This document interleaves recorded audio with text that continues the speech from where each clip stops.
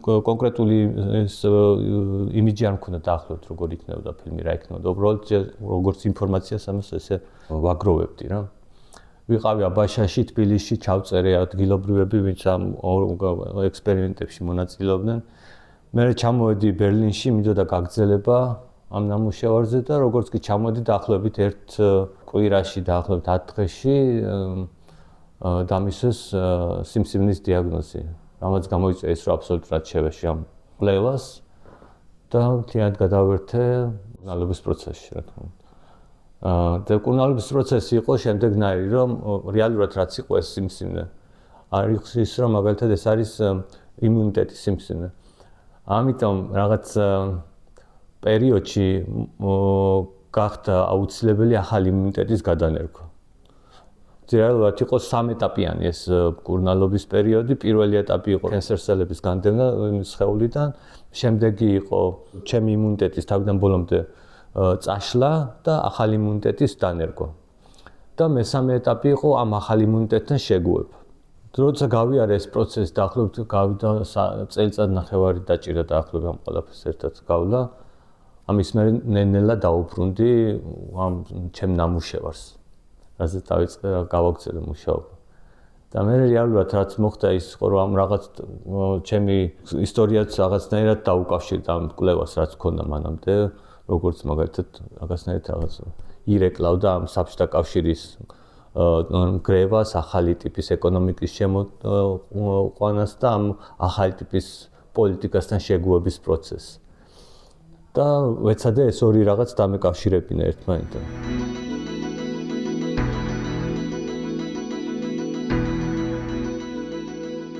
ფილმის სახელი მოდის თვითონ სამედიცინო ტერმინია და არის დაავადების სახელი. Graft versus host, ანუ სტუმარი მასპინძლის წინააღმდეგ. სახელი მოდის დაავადებიდან, რომელიც არის ხელოვნურად გამოწვეული დაავადება, რომელიც გამოიწვია მაშინ, როდესაც ავატყოფს უნერგავენ ახალ იმუნ სისტემას. და როდესაც ახალი იმუნური სისტემა ცდილობს გაანადგუროს თვითონ პაციენტი. და ეს არის ფილმი, რომელიც მაგალითად დაიწყო აბსოლუტურად სხვანაირად და გაგრძელდა აბსოლუტურად სხვა მიმართულებით. იგივე მიმართულებით, ოღონ სხვა ტიპის ხედვებით ბოლოში.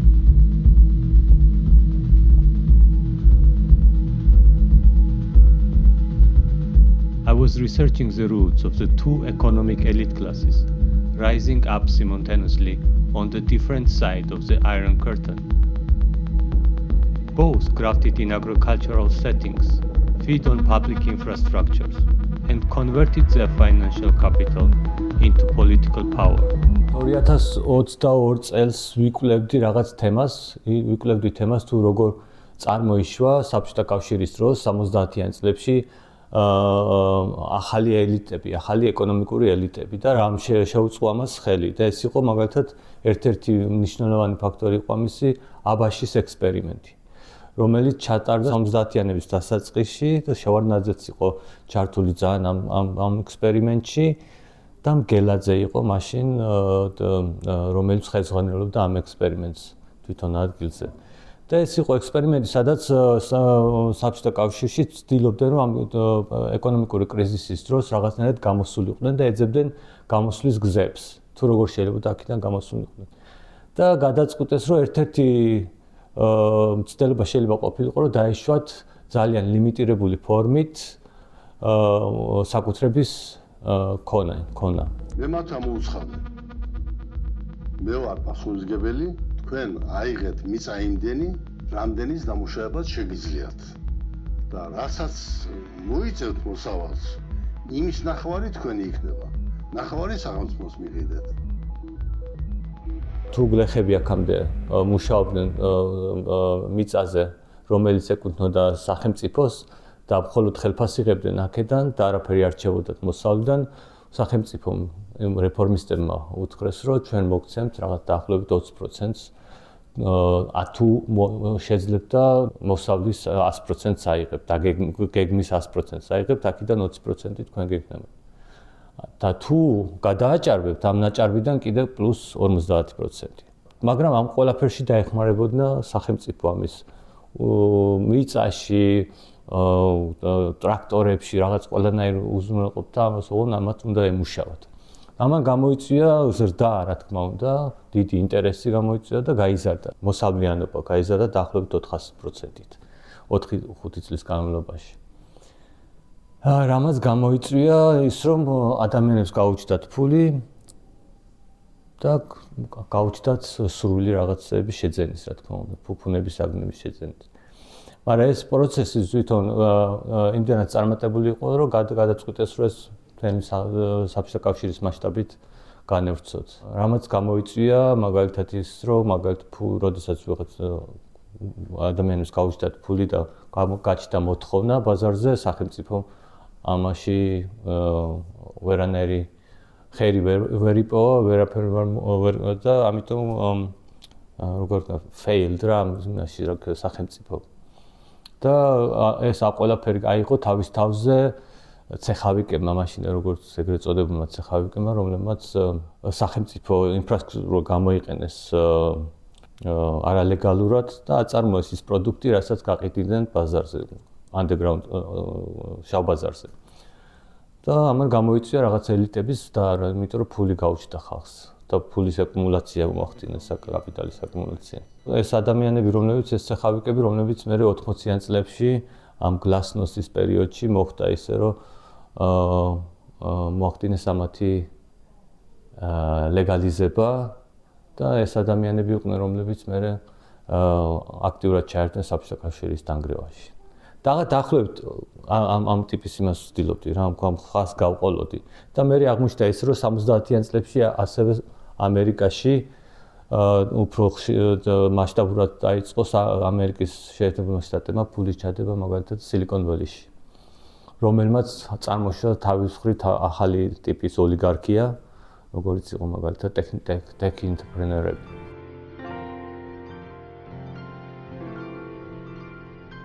Und bei so vielen Milliarden Teilungen ist es von der Wahrscheinlichkeit her einfach anzunehmen, dass manche von denen so ein bisschen durchdrehen und denken, auch ich sterbe jetzt mal nicht.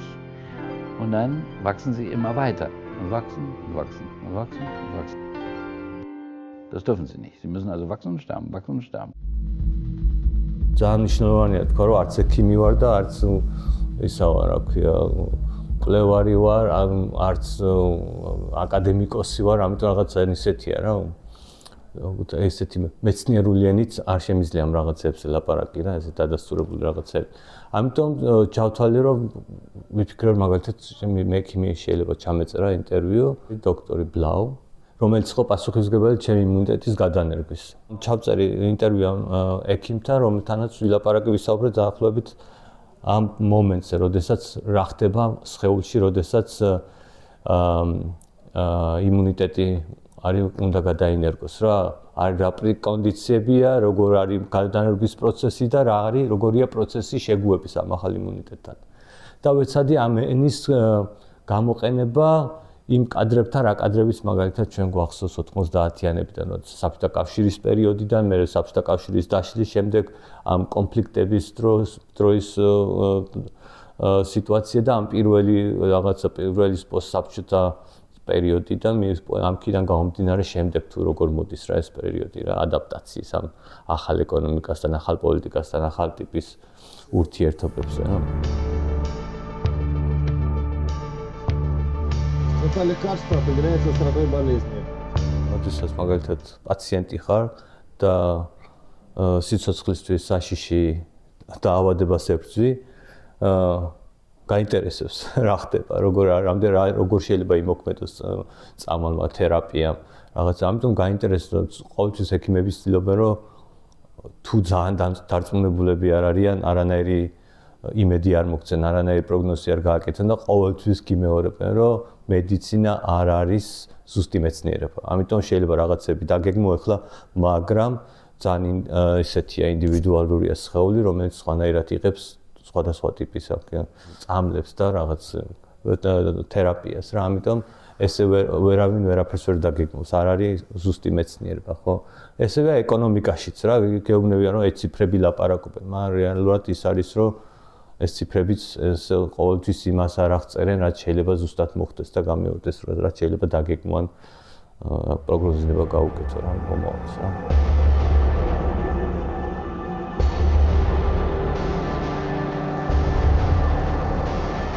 იმდენად ორსახოვანი არის მედიცინა. პოლიტიკურად ხანდახან შეიძლება მემარცხენე მოძრაობებმაც გამოიყონ, ხანდახან შეიძლება ძალიან ფაშისტურიც იყოს რა, იმიტომ როგორც ხსნის ექიმი მას, რა ქვია, იმუნიტეტის იმას, რა ქვია, ფუნქციას არის, რომ ისინი cells უჯრედები არის თავისი ის პროგრამა აქვს, იზრდებიან, მრავლდებიან, იყოფიან და კვდებიან. ამ პროგრამას უზამიყვნენ რა. მაგრამ ვიღაცა გადაწყვეტს რომ არ მინდა რა სიკვდილი რა, მაგრამ ვიღაცა მოდის ეს ის რა ქვია T cells რომელსაც ქვია T killer cell, ანუ T ყლელისელი მოდის და ამ რაღაცა სხეულებს ანადგურებს, ამ სხეულებს ანადგურებს, რომელსაც გადაწყვეტს რომ არ მოკვდნენ რა. ამიტომ აი ესეთია, ძალიან კონფლიქტური არის, ძალიან ორსახოვანი არის რა, რომელიც არ შეიძლება ეს ერთ მხრივად გამოიყენო რომელიმე პოლიტიკური იდეოლოგიის ასაღწერად. მაგრამ ამას უბრალოდ იძლევა საშუალებას, რომ ნებისმიერმა მაგალითად ჩუბაისმა ამითი გაამართლოს ის პროცესები, რა პროცესები 90-იანებში გაატარა მაგალითად.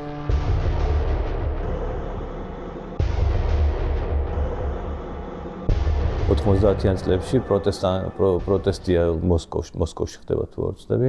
არეგუებიან ამ ახალ კაპიტალისტურ რეჟიმს რა, გამოდის ხალხი რაღაც ქუჩაში. და ძალა გამოდის, ძალაუფლება და ამათ არბევს, ამათ ფიზიკურად უსწორდება. ეს არის იმ მომენტში თამას ადევს თან ის მომენტი, როდესაც მათ ჩემი იმუნიტეტი, ახალი იმუნიტეტი, ანუ დონორის იმუნიტეტი ცდილობს, რომ იცხოვროს, თანაიცხოვროს ამასთან, რა ქვია, ახალ სხეულთან. და ამ მაშინ იწყებს T killer cell-ი იწყებს განადგურებას რა, განადგურებას იმ უჯრედების, რომლებიც პირისპირდებიან კანსერ cell-ებს რა. და ეს უნდა ისწავლოს, ამ ახალი იმუნიტეტის მთავარი ამოცანა რომ ისწავლოს, როდის შეიძლება აღმოაჩინოს ის, ვინც მუშაობს ამ სხეულისთვის, იცნოს, ამოიცნოს, ვინ მუშაობს სხეულისთვის და ვინ არ მუშაობს სხეულისთვის და ვინც არ მუშაობს სხეულისთვის, გაანადგუროს, მოკლას. ამიტომ ეს არის ის, რაც ახალი იმუნიტეტი ცდილობს, რომ ისწავლოს. ის არის ის, რაც მაგალითად ახალი ეკონომიკური წყობა როცა არის, თუ ამ წყობას არ შეეგუები, დაისჭები რა, ანუ ბრძალით ან სხვადასხვა მეთოდებით. დღევანდელი სიტუაცია, რაც არის პოლიტიკური სიტუაცია, მარტო ქართული არ არის, უფრო გლობალური სიტუაცია, როგორც არის, როგორც დალაგდა და ლაგდება, არაფერი არ დალაგებულა ჯერ, მაგრამ ლაგდება აი ეს გეოპოლიტიკური სიტუაცია, რაღაც მომენტში ვფიქრობ, რომ რაღაც წარსულში, ახლო წარსულში აქვს რაღაც ისენი, რა ქვია, გავლენები, რომელმაც არის რაღაც ივენთები, რომელმაც გავლენა მოახდინა ამ ტიპის ეკონომიკაზე, ამ ტიპის პოლიტიკაზე, რაც ახლა დღესდღეობით გვაქვს რა. და ამიტომ ვცდილობდი, რომ ასე უკან წავყვე ამ რაღაცებს, ამ სისტემას, ამ რაღაც ოლიგარქიულ სისტემას, რასაც ეძახიან რა, ფეოდალურ რაღაცა კაპიტალიზმს, რასაც ეძახიან და საიდან მოდის ეს რაღაცეები რა.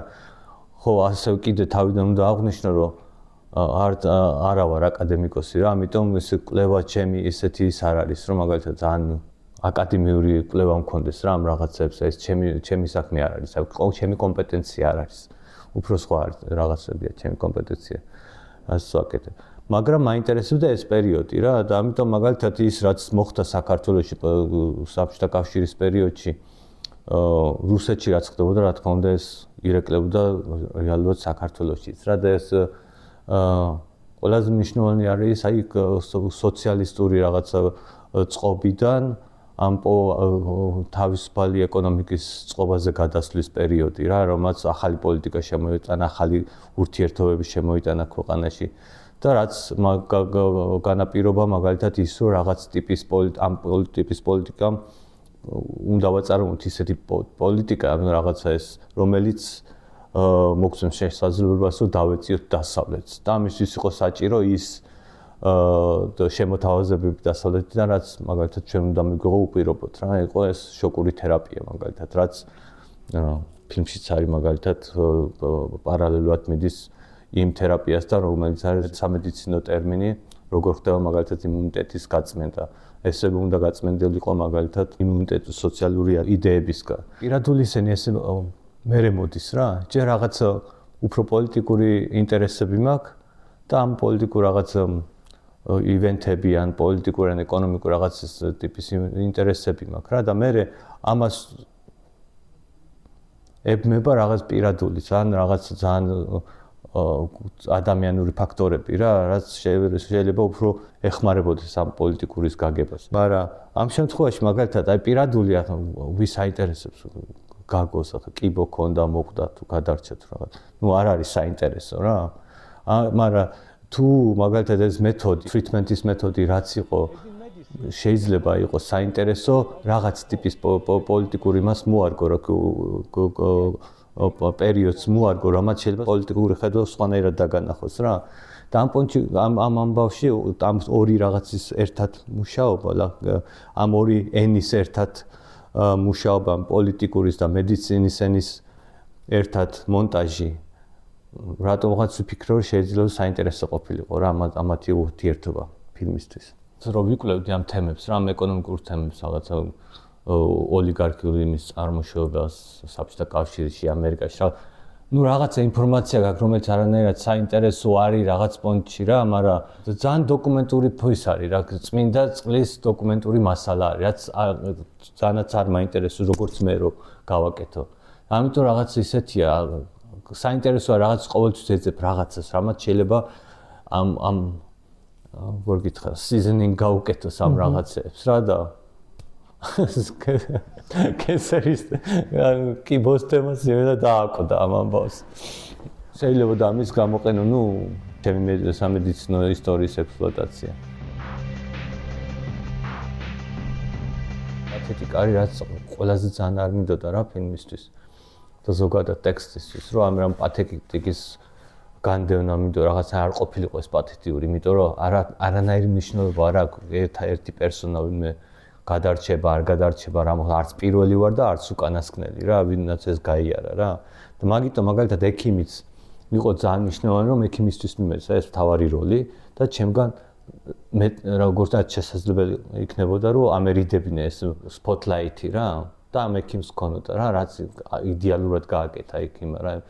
ამინ ვინც გერმანულად ესმის, გერმანული ესმის, არის აი პრიმიტიულად არ ყვება, აი ძალიან კარგად ყვება რა, მარტივად, ისე რომ გასაგები იყოს ყველასთვის რა გერმანულად რა ეს თვითონ ენას, რამაც გააიოლა ამ ენის მაგალითად ჭრამ მაგალითად ამ პოლიტიკურ ენასთან რა, იმიტომ რომ პოლიტიკური ენაც ეგეთია. ეგეთი მომენტი იყო მაგალითად, როცა ვეძებდი ვიღაცებს, ვინც ლაპარაკობდა, ეგეთი იყო მაგალითად ტეჩერი, ისეთი ფიგურაა ტეჩერი, აუცილებელი ფიგურაა რა, მაგ გარდატეხის პერიოდში რა, მაგ პერიოდის რა და დავიწყე ამ ტეჩერის რაღაცების ყურება რა და გავგიჟდი ბოლოს ფილმში ისე არის რომ გავუბივარ ტეჩერს და ამ ტიპზე პატარა სხვა ვიღაც ტიპზე ხო აუცილებელი ვახსენე რომ ეს იმიჯი რაც არის უკან არის გურამ წიბახაშვილის იმიჯი და მადლობა რომ იმ მაგან მომცა რა საშუალება რომ ეს გამომიყენებინე და იდეალურად აღწერს ეს ჩამხობილი ავტობუსი რა 90-იანი წლების და ამ იმაზე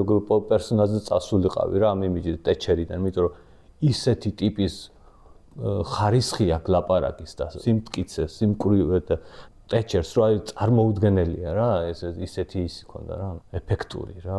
რას ლაპარაკობს ეს სხვა საკითხია რა, მაგრამ როგორც იყენებს ამ ენას ეს მეორე იყო რა, ძალიან მნიშვნელოვანი. პოლიტიკური ენა რომელიც არის ესეთი რა გამოწრთნილი ენა.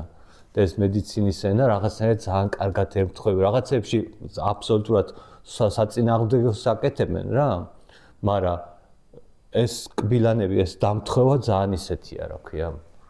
დიდი ხანია ეს არსებობს, არც მე პირველად არ გამომიყენებია და არც უკანასკნელი არ იქნება. Such is the influence of the American economy on us all. We in Europe have watched with admiration the burgeoning of this mighty American economy.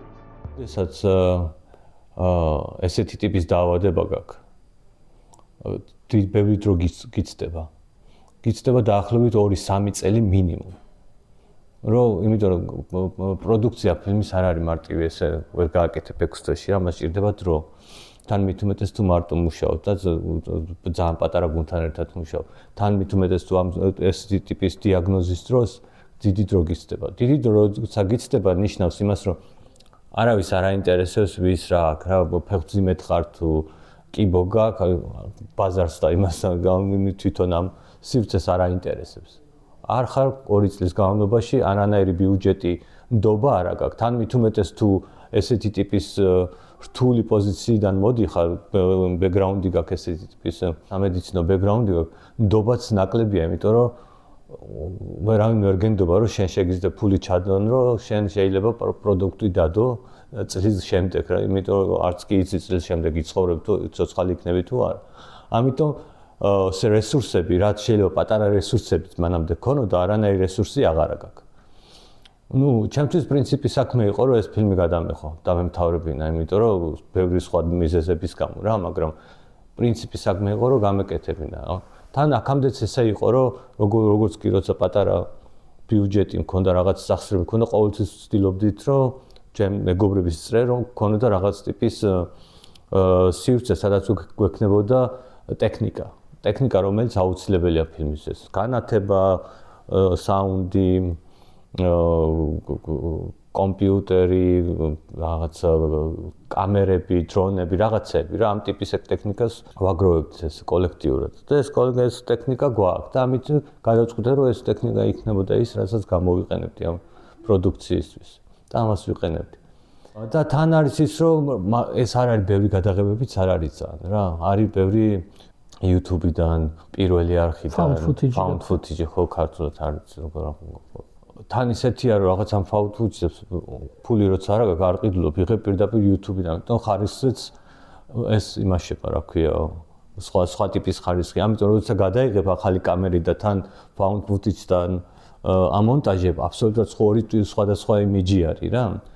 რაც ამ სინემატიური ის არ აქვს რა ქვია, ხარისხი.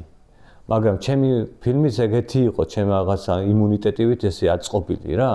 სხვადასხვა რაღაც ნაწილებისგან მოპოვებული რაღაც ნაწილებისგან, იმიტომ რომ რაღაცნაირად ეს განსაზღვრავს ამ ესთეტიკას. თან არ მოვდივარ სინემადან რა, დავამთავრებ, დავიწყებ ფერწერა საერთოდ და მე ვიღებდი ფილმებს, რომლებიც იყო უფრო art კონტექსტისთვის. ამიტომ ეს ტიპის რაღაცა ესთეტიკას მოყვება ამ ფილმს. რაღაცა ეს უფრო ინდივიდუალური მარტო გაკეთებული, რაღაც ძალიან დაბალი ბიუჯეტით გაკეთებული ფილმი. ეს არ არის რაღაცა art house-ის მიერ დაფინანსებული ან რაღაცა პროდუქცირებული ფილმი. ხელის ამბავში იყო ძალიან მარტივი, იმიტომ რომ ძალიან პირდაპირ გაგებით ისეთი ტიპის იმიჯის გაკეთება მინდოდა, რომელსაც მაგალითად ლინზა ვერ ხედავს რა, lens based image არ უნდა ყოფილიყო რაღაც შექმნილი, რომელიც არის ვიზუალურად უხილავი ეს არ არსებობს, აი გამოგონილია რა, ეს არ არის რომ მაგალითად ლინზამ დაინახა და აღიქვა და იმისი იმიჯი შექმნა. ამიტომ CGI იყო ის მომენტი, რომ თუ ვეცდებოდი რომ ის რაღაც უხილავის რაღაცა იმიჯი გამეკეთებინა, იქნებოდა ისეთი იმიჯი, რომელიც ეს კომპიუტერისგან იქნებოდა შექმნილი და არა არსებული ის რა ქვია იმიჯი. ამ შემთხვევაში როგორც პირადი ისიც არის რაღაცა სიმპათიაც არის ამ მასთან, ანიმაციასთან. მეხმარება რომ რაღაც ტიპის ის შექმნა, განწყობა რა, რაღაც ტიპის ურთიერთობა იმიჯების, განსხვავებული იმიჯების. რაღაცნაირი, როგორ გითხრა, ცოტა რომ ის გავტეხო ეს რაღაცა პირდაპირ რაღაცა დოკუმენტური ფილმის ვიზუალი და თხრობა რა. რაღაც ანიმაციაც რო იყოს, უფრო რაღაცა მისტიური რაღაც მომენტებიც რო კონდეს რა, რაღაცებს. არის ისიც რომ მაგალითად ეს არის უფრო დასკანერებული მომენტები არის, რომლებიც რეალურად არსებობენ და ამას ვასკანერებდი ტელეფონით და ეს იყო ალბათ კიდე ისიც რომ პრაქტიკულად მარტივი ფორმა იყო რაღაც იმიჯების შექმნის, იმიტომ რომ არ ქონდა საშუალება რომ ფიზიკურად გავსულიყავი და გარეთ გადამეღო ბევრი რაღაცები, იმიტომ რომ ძალიან შეზღუდული ვიყავი მოძრაობაში. ამიტომ ბევრი ისეთი მეთოდები უნდა მომეძებნა, რომელიცაც სახლში გავაკეთებდი უფრო დახურულ სივრცეში და ამიტომ დავიწყე ეგეთი მაგი იმიჯებით რაღაც ანიმაციების კეთება, მაგრამ იდეაში ხშირად ხარ ხოლმე.